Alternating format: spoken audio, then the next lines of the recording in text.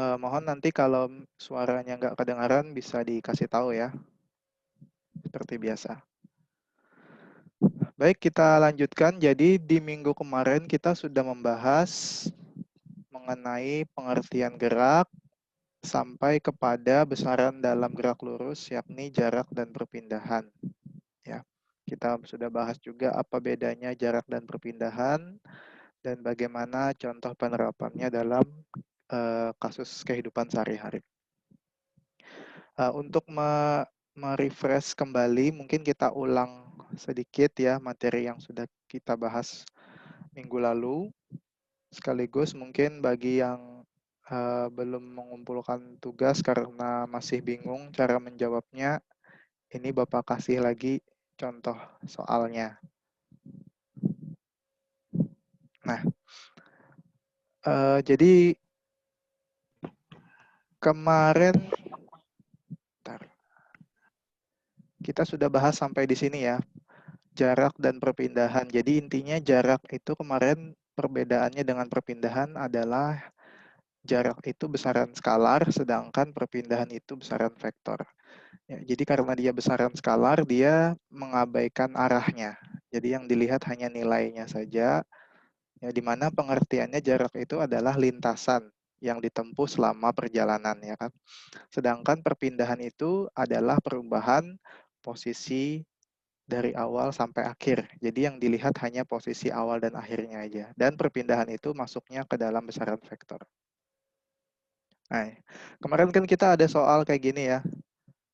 Jadi pertanyaan mengenai jarak dan perpindahan itu bisa berbagai macam bentuk ya. Bisa kalau seperti ini kan namanya diterapkan di apa ini namanya sumbu X ya atau diagram Kartesius. Jadi ada garis bilangannya lah istilahnya 1, 2, 3, 4, 5, 6. Kalau ke kiri min 1, min 2, min 3 dan seterusnya. Tapi bisa juga diterapkan kayak seperti ini, kayak soal nomor 2 ini. Seorang berlari lurus ke barat sejauh 6 kilo, kemudian dia melanjutkan ke timur sejauh 8 kilo. Nah, jadi macam-macam. Yang penting intinya kita paham bahwa yang namanya jarak itu adalah lintasan yang dilalui, itu aja yang kita pegang, sedangkan perpindahan itu adalah perubahan posisi ya, dari awal sampai akhir. Nah, kalau kita pegang pengertian itu nanti diterapkan di dalam bentuk soal seperti apapun, kita akan bisa menyelesaikan. Baik, kita ulang sedikit ya. Jadi misalnya ini contoh nomor 1 dulu, sebuah partikel bergerak dari titik A menuju ke titik B. Jadi ini mirip seperti soal yang ditugaskan minggu kemarin ya. Nah, kemudian menuju ke titik C pada sumbu koordinat seperti gambar di bawah. Tentukan perpindahan dan jarak tempuh. Oke. Nah, minggu kemarin kita sudah bahas kalau misalnya jarak berarti kita hitung semua lintasan yang dilewati ya. Jadi dia kan tadi katanya jalannya dari A ke B lalu ke C. Nah, berarti dia balik arah nih. Tapi kalau kita bicara jarak, kita nggak peduli arahnya kan. Yang kita pedulikan hanya nilainya saja. Jadi nanti kita hitung aja dulu jarak dari A ke B itu berapa. Caranya gimana? Bisa hitung manual, paling gampang ya kan, 1, 2, 3, 4 nih. Ya, dia pas di sini ya, di 5 ini agak geser dikit gambarnya nggak apa-apa. Ya, berarti SAB itu 4 satuan gitu kan. Atau kalau mau pakai rumus, ya kita pakai rumus yang kayak di sini. Rumusnya kalau mencari jarak itu adalah X2 dikurang X1, tapi dalam tanda mutlak. X2 itu apa? X2 itu adalah posisi akhir maksudnya. X1 itu adalah posisi awal. Jadi dia akhir dikurang awal. Nah, misalnya di sini. Kalau dia jalannya dari A ke B dulu nih, berarti akhirnya di B, awalnya di A.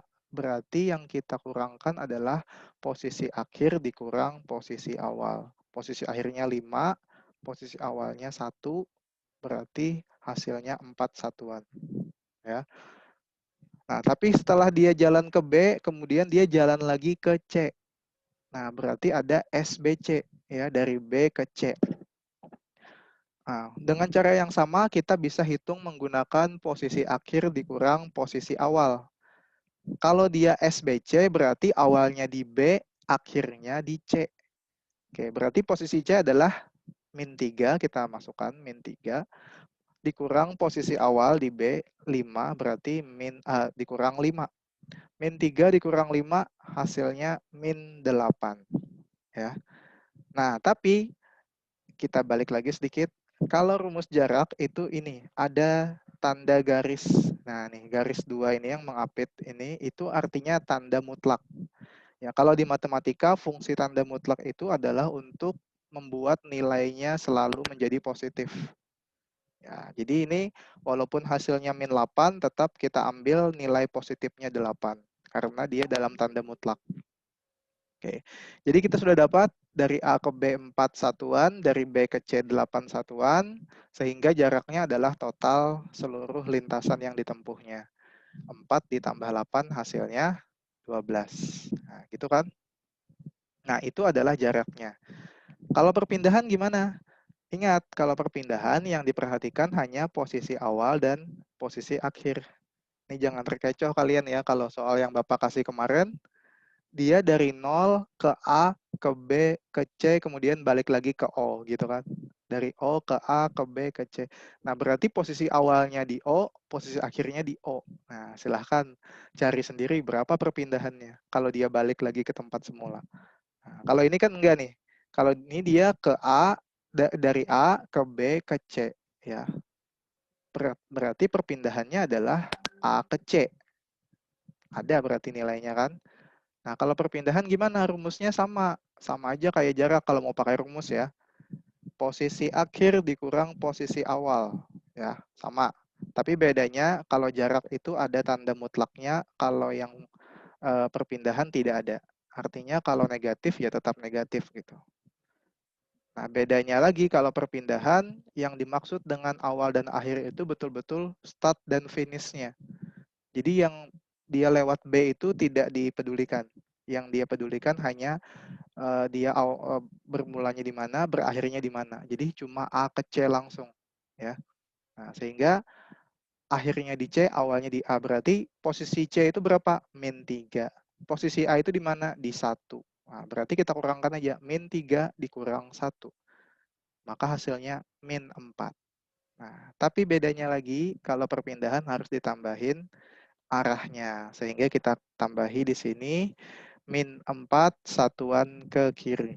Ya, karena arahnya ini ke kiri ya. Nih, A menuju ke C, berarti menuju ke kiri. Nah, oke, itu adalah materi yang sudah kita bahas minggu lalu. Nah, satu contoh lagi bagaimana kalau jarak dan perpindahan ini diterapkan di soal seperti yang soal nomor 2 ini. Nah, kalau kita perhatikan di sini yang dia pakai adalah arah mata angin. Nah, kita coba tampilkan arah mata angin itu kan seperti ini ya.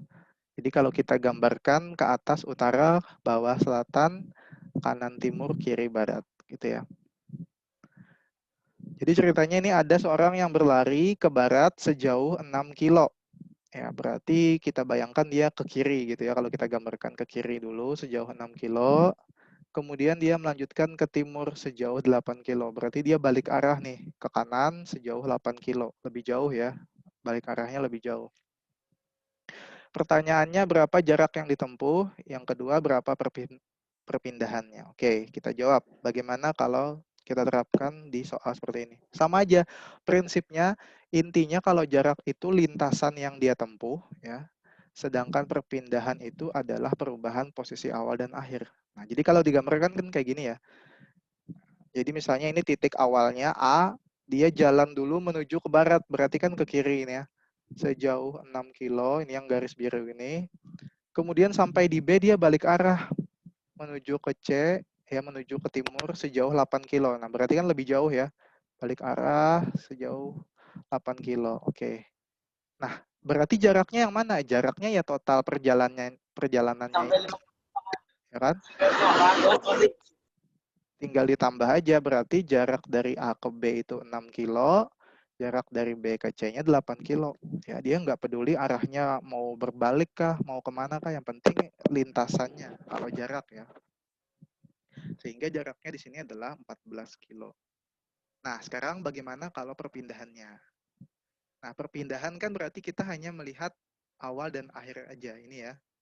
A sampai C, itu aja langsung yang kita lihat ya. Nah, kalau mau kita hitung dari gambar aja nih, kita lihat dari gambar aja kan bisa kelihatan nih sebenarnya. Jadi ini mundur 6 kilo, kemudian maju 8 kilo, berarti ke kanannya ini adalah 2 kilo ya kan. Nah, kalau mau pakai rumus, kita tetapkan aja mana arah yang positif, mana arah yang negatif. Nah, jadi kita tentukan dulu nih, kita sepakati. Biasanya yang dianggap sebagai arah positif itu adalah kanan, ya. Sedangkan arah negatif itu kiri. Nah, berarti kita ambil yang 6 kilo ini karena dia ke kiri, ya, ke barat tadi, maka ini negatif, sedangkan yang 8 kilo ini positif. Jadi Bapak tuliskan kayak gini, min 6, ya, karena ini ke kiri tadi ya, plus 8. Hasilnya adalah 2 kilometer. Nah, tapi harus tambahin arah. Nah, ini kan arahnya ke kanan, tapi karena dia pakai patokan mata angin tadi, maka ke kanan itu kita sebut dia ke timur. Nah, gambarnya kayak gini ya. Tuh, yang kuning. Jadi perpindahannya tuh dari A ke C. Oke, gitu ya. Sampai di sini ada yang belum jelas? Kenapa Bapak ulangi ini? Karena untuk pembahasan selanjutnya, kelajuan dan kecepatan itu masih berkaitan dengan jarak dan perpindahan. Jadi kita harus betul-betul paham dulu apa itu jarak, apa itu perpindahan. Silakan kalau ada yang ingin ditanyakan dulu sebelum lanjut ke bagian B.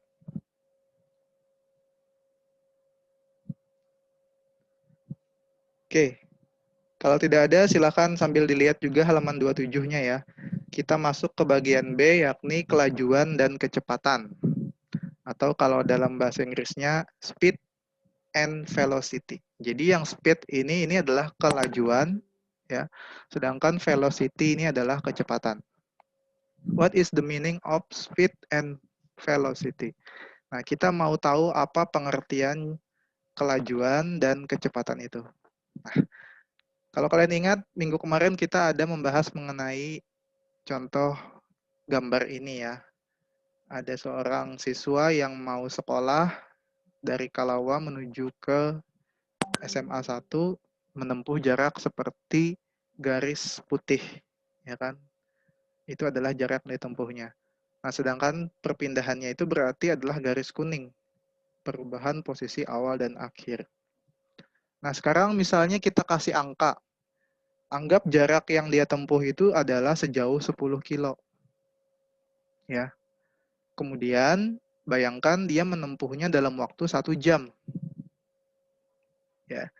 Jadi dia menuju ke sekolah ini 10 kilo ini ya.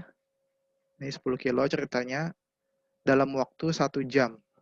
Pertanyaannya, berapa kecepatannya, berapa kelajuannya? Kalau dalam kehidupan sehari-hari biasanya kita menyamakan pengertian kelajuan dan kecepatan ya. Nah, kalau di sini nanti kita bedakan sedikit antara kelajuan dan kecepatan. Oke. Nah, jadi yang disebut dengan kelajuan itu adalah perbandingan antara jarak dengan waktu yang dibutuhkan untuk menempuh jarak tersebut. Itu kelajuan. Jadi kalau siswa tadi menempuh jarak 10 kilo dalam waktu 1 jam, maka kita katakan kelajuannya adalah 10 km per jam. Gitu ya.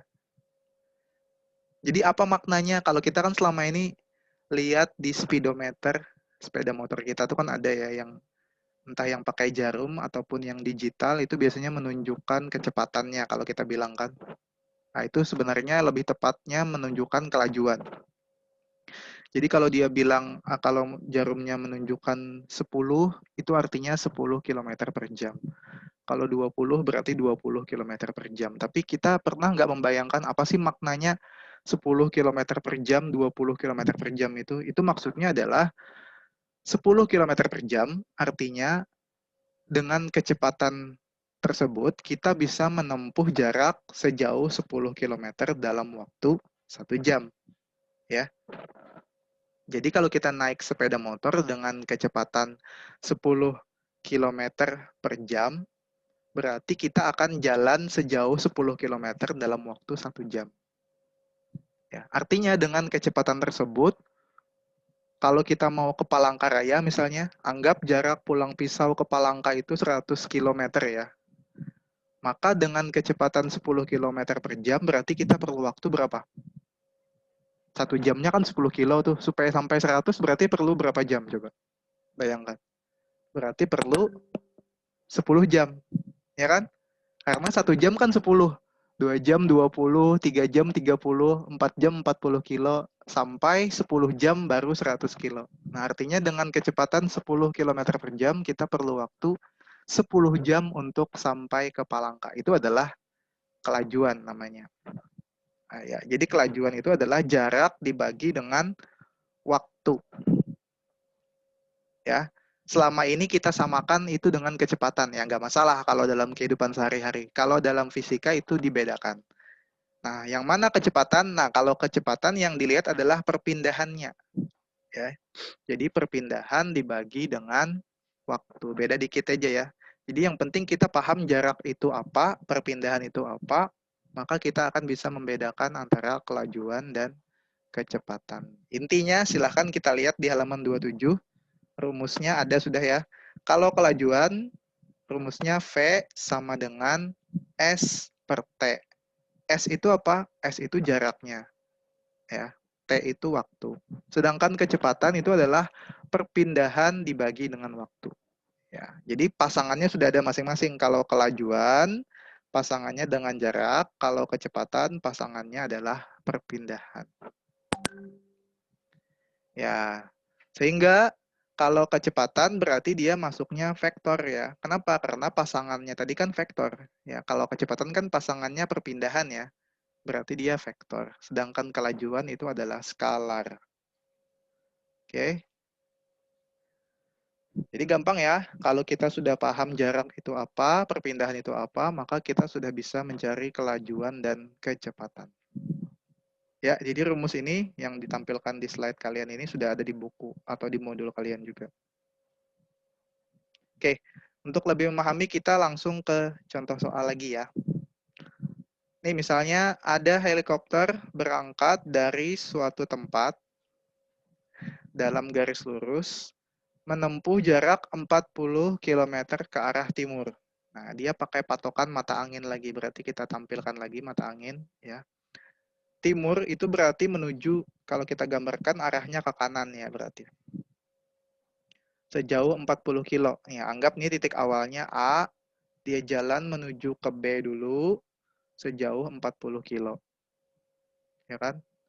Kemudian dia menempuh jarak lagi, berbalik arah ke barat sejauh 20 kilo. Nah, jadi setelah dari B 40 kilo, dia balik arah menuju ke barat ya ke titik C sejauh 20 kilo.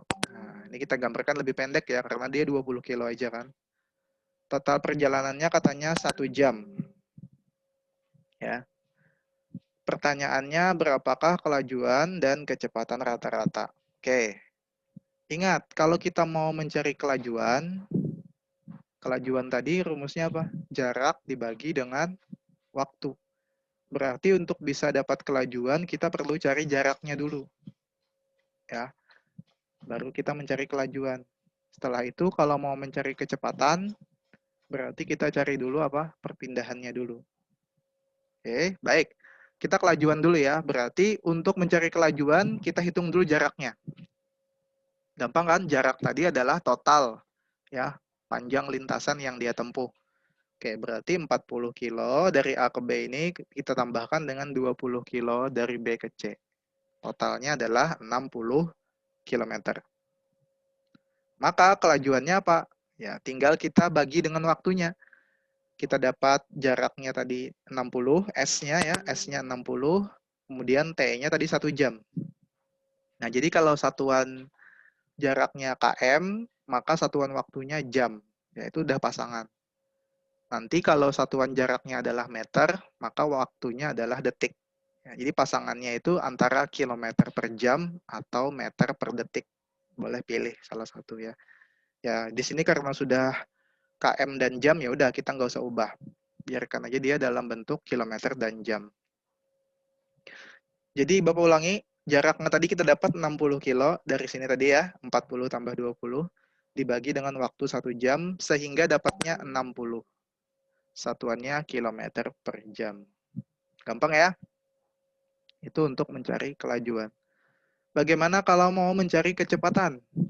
Ya, berarti kalau mau cari kecepatan, kita harus tahu perpindahannya dulu.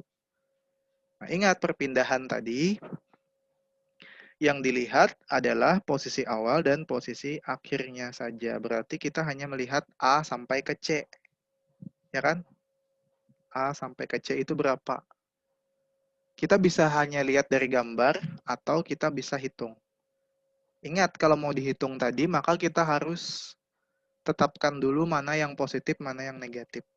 Nah, kita anggap yang ke kanan itu positif. Ya, ini kan dari A ke B ini kan ke kanan ya. 40 kilo berarti positif, 20 kilonya negatif. Berarti 40 dikurang 20, hasilnya 20 kilometer. Nah, gitu ya. Bentar.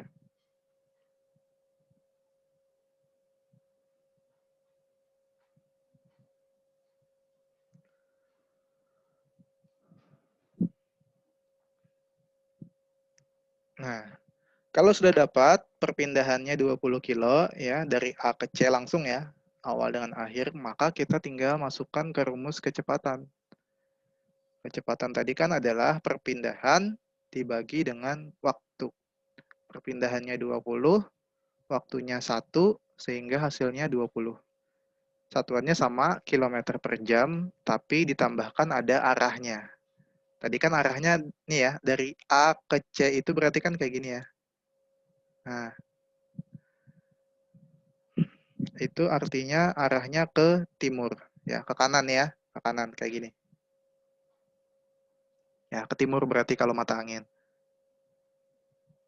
Nah, oke. Sampai di sini ada yang ditanyakan tentang kelajuan dan kecepatan? Silakan diaktifkan mikrofonnya untuk bertanya. Ada berapa yang ikut nih?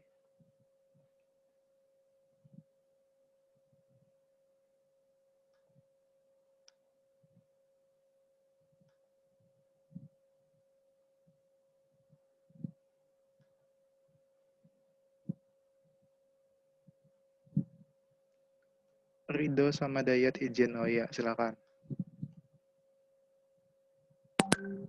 Ada yang ngambil ijazah ya katanya hari ini ya?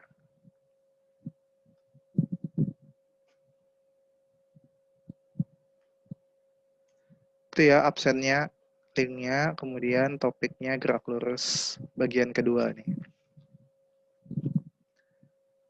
Silakan Andini, Erina, Tina, Sartina, Ayu, Rizka, Rahmadi, Marhanah. Ya, ada yang mau ditanyakan?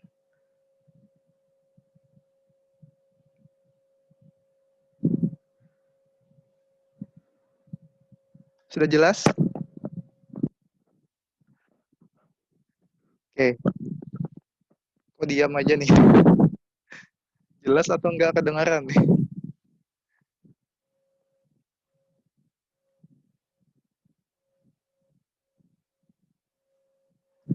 Gimana?